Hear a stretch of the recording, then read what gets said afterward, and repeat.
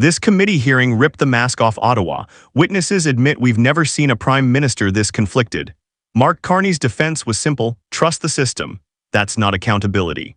Conservatives are saying what Canadians are thinking: if you want power, you divest. No loopholes, no blind trust games. Leadership isn't about elites. It's about public trust. You have to see what happened next. Watch this live. One of the comments that you make is that you work within how the current legislation functions. And herein lies the problem, sir, and that is, as it relates to the general application rule, the Conflict of Interest Act is so open to that you can actually drive a truck through it in terms of that general application rule, because you gave examples about how a policy decision is made on the part of the country, and then there are very specific layers that happen as a result of that.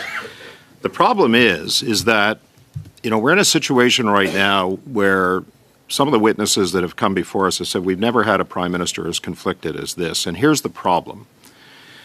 The problem is that on some of these major policy announcements, Mr. Theriault referred to artificial intelligence, modular homes, heat pumps, small nuclear modular reactors, and, for example, the lumber business.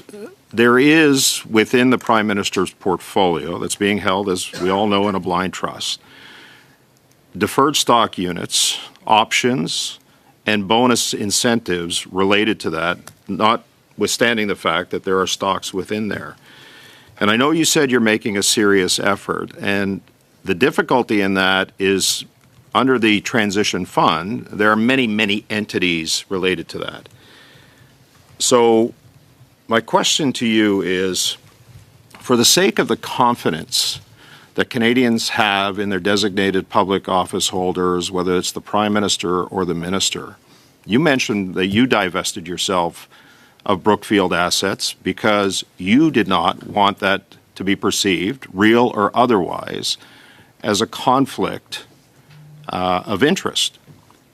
Do you not believe, sir, that when a person runs for Prime Minister and is that conflicted, should they not divest themselves of all of the assets to ensure that we can have public confidence, restore public confidence, that the person who is holding the highest office in the land is not benefiting from decisions that are being made, whether they're on a general basis, given the policy announcements that have been made, and when you layer it down to the specifics, there is the potential for profit to be made. Do you not believe, sir, that complete divestment is the answer in this case? And I understand there's tax implications, but we're talking about the confidence that Canadians have in the office holder in the highest office of the land. Do you not believe divestment should be the option?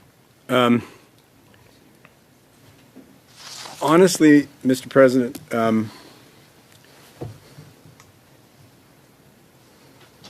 I think I come back to something that I said earlier. And to be blunt, I don't think it's that simple. I don't think it's that simple because I think, given the issues facing Canada today, this is a time when Canada needs to be able, and it's not just the Prime Minister I'm talking about, I'm thinking about ministers, I'm thinking about other senior people coming into government, where we need access to the best talent that this country can provide.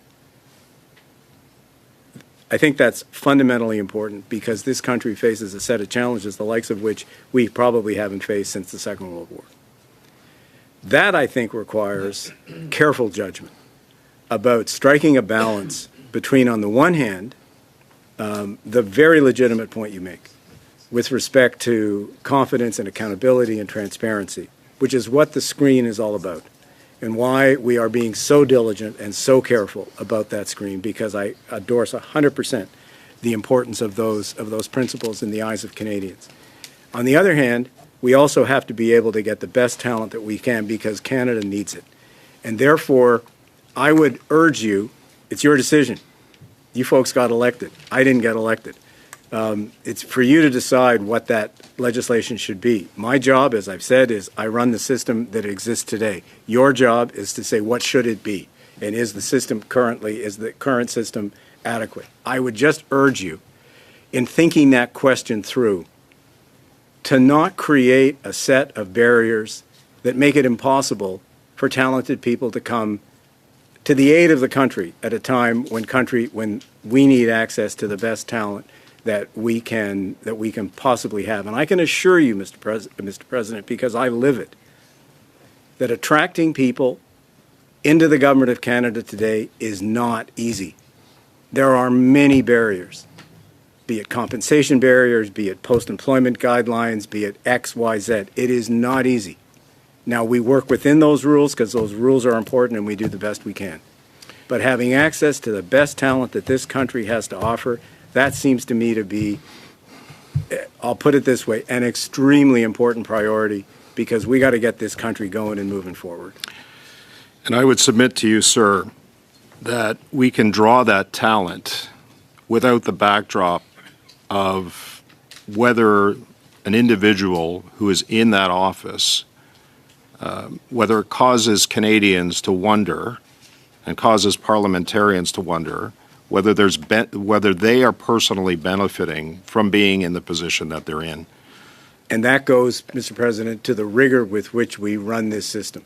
And I can assure you, I mean, if I've done anything the rigor, Mr. Sabia, comes with complete divestment. It's the only way to deal with this. And I don't want to argue with you this point, but Canadians have to have confidence in the person who is running this country that they're not benefiting from it. And if for the reason you say, for the virtuous reason that a person makes to want to run as a designated public officer or the Prime Minister, then that should be part of the backdrop of the decision-making process they make in deciding to run and come back, as you say, to save this country. That should be the number one consideration, in my view, in that decision that they make to come back. That they come back for a virtuous reason, not to profit and not to benefit.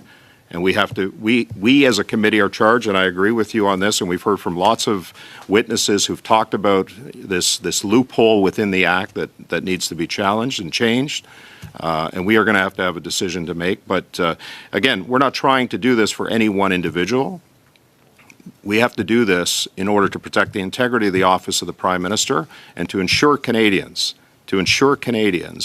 that decisions aren't being made in the best interest of any individual, that it's being made in the best interest of the country. Well, so Mr. I want to President, thank you. What I would say is I think we both share the view and we share the goal of protecting the integrity of the country and continuing to reinforce the confidence that Canadians have in the institution of the Government of Canada. I don't think there's any disagreement between me or you or other members of the committee that's very important. And the only way to do that is to change this massive loophole within the law as it relates to the general application rule.